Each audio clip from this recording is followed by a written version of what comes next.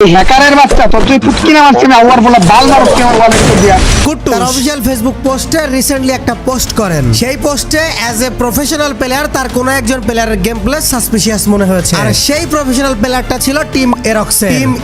আজকে রাতে সবাই থাকেন এফএফডব্লিউএস নিয়ে কুকিং লাইভ হবে, কিছু গোপন তথ্য ও আলোচনা থাকবে লাইভ ইট ফ্লিকার। দুঃখিত ভাইরা, আমরা লাইভ কুকিং করতে পারলাম না, এটা আমাদের জন্য এলাও না। বিষয়টা গেনা দেখবে, আশা করি ভালো কোনো স্টেপ নিবে। আলী বাবার পোস্ট করেছে হয়তো বড় কিছু ঘটতে চলেছে কিংবা বড় সত্য সামনে আসতে চলেছে। কি ঘটনা ঘটতেছে বা কি হচ্ছে কিছুই বোঝা যাচ্ছে না। ঘটনা এক্স্যাক্টলি কি হয়েছে কেউ ক্লিয়ারলি বলতেছে না। লাইভে আসবে, বড় কিছু হবে, বাল ছাল 60-17 বোঝা। बहनचोद सारे मिलके हमको पागल बना रहे हैं मादरचोद के बच्चे।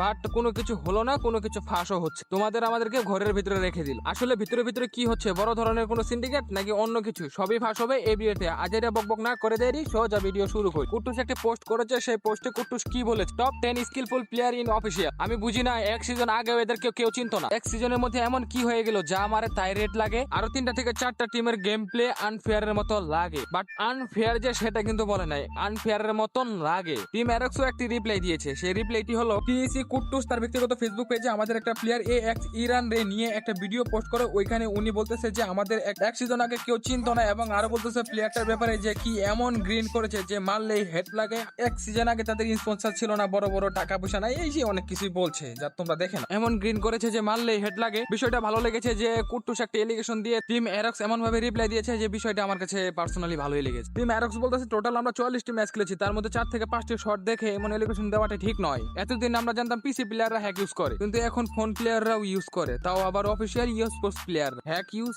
করছে একের পর এক। এখন কথা হচ্ছে টিম অ্যারক্স এর এরানকে নিয়ে যে এলিগেশন দিয়েছে কুট্টুস, এটা কতটুকু সত্য নাকি মন গড়া পোস্ট, এটাই দেখবো আজকে। চলো আগে টিম অ্যারক্স এর একটা ভিডিও ক্লিপ দেখিনি। এই ভিডিও ক্লিপটা নিয়ে যত আলোচনা যে ওয়ালের কাভারে থাকা সত্ত্বেও কিভাবে ড্যামেজ দেয়, তাহলে কি এটা কোনো গ্লিচ তো এটা হতে পারে না। 2026-এ এসেও গ্লিচ বিষয়টা মানা যায়। কুট্টুস ও ফ্লিকারে পোস্ট দেখে আমাদের আলিফ সোনাবাবু একটি পোস্ট করে, সেই পোস্টে বলেছে বড় কিছু ঘটতে চলেছে কিংবা বড় কিছু স্বার্থ সামনে আসতে চলেছে। এর ফলে হয়তোবা আমি আরো বেশি সমালোচনার মুখে পড়তে পারি, তবে দিন শেষে আপনারা জানতে পারবেন সবকিছু। এখন কথা হচ্ছে আলিফ সোনাবাবু এই কথা বলার কারণ কি? আলিফ চোদনাও কি সিন্ডিকেটের সাথে জড়িত নাকি? আচ্ছা দেখতে থাকি কি হয়। যদি পেয়ে যায় সিন্ডিকেটের সাথে জড়িত, বের করে নিয়ে আসবো তার চরিত্র। পার্সোনালি কুট্টুসকে আমি স্যালুট জানাই, কারণ এই সিন্ডিকেটের বিষয়গুলো যদি তুলে ধরা না হয় তাহলে তো আমিও হ্যাক ইউজ করে চলে যাবো ইন্টারন্যাশনাল মঞ্চে। এখন অনেকে বলতেছে টিসি প্লেয়ারদের মধ্যে সবাই ভালো, বাট কুট্টুস একটু চুতিয়া। কিন্তু আমি বলবো কুট্টুসের জায়গা থেকে কুট্টুস ঠিকই। গ্রামের মুরব্বীরা একটা ছন্দ দেয় যে সত্য কথায় বন্ধু বেচার আর গরম ভাতে বিলাই। টিসি যেহেতু বাংলাদেশের মধ্যে মোস্ট পপুলার টিম এবং সবথেকে বড় টিম, সেহেতু এই টিমের প্রত্যেকটা প্লেয়ারের প্রয়োজন এইসব সিন্ডিকেট নিয়ে কথা বলা। এইসব সিন্ডিকেট নিয়ে কথা বললে, সিন্ডিকেট বিষয়গুলো জানাজানি হয়ে গেলে কেউ আর সাহস পাবে না এই সিন্ডিকেট গুলো করা। এতে আমাদের বাংলাদেশের ইউ স্পোর্টস আরো ভালো গ্রোথ করবে এবং ফেয়ার প্লেয়ার গুলোর সুযোগ পাবে। আজকের মতো বিদায় নিচ্ছি প্রিয়।